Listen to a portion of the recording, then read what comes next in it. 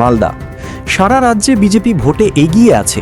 এই খুশিতে মালদা শহরের ৩ নম্বর ওয়ার্ডের কৃষ্ণ পার্ক এলাকার সাধারণ মহিলারা গেরুয়া আবির ও জয় শ্রীরাম স্লোগান খেলার সাথে বাজি ফাটানো এবং বিজেপির ঝান্ডা নিয়ে ব্যাপক নাচে মাতলেন।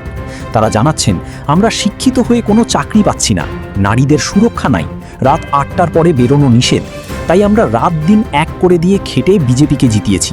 এরপরে নারী শক্তির জয় হবে, উন্নতি হবে সমাজের, স্বাধীন বাংলা গড়বে। নিউজ ইন্ডিয়া থেকে অখিল সরকারের রিপোর্ট, মালদা।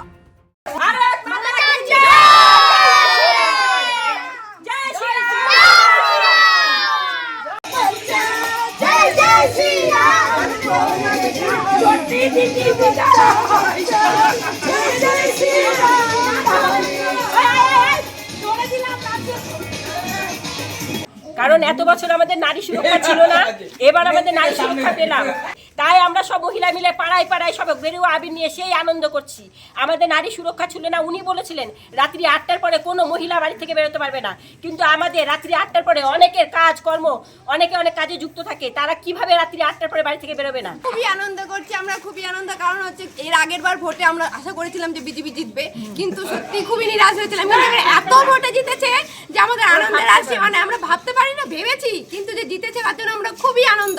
আমরা চাচ্ছি যে এখন আমরা সুরক্ষিত শিক্ষা, সবকিছু, চাকরি, সবকিছু আমরা আগের মতো আবার ঠিক করে ফিরে পাবো, যেন আমাদের ছেলে মেয়েদের বাইরে না যেতে হয়, আমাদের ভাই বোনদের বাইরে না যেতে হয়, আমরা এখানেই সুরক্ষাভাবে বাঁচতে পারি সবাই। জয় শ্রীরাম।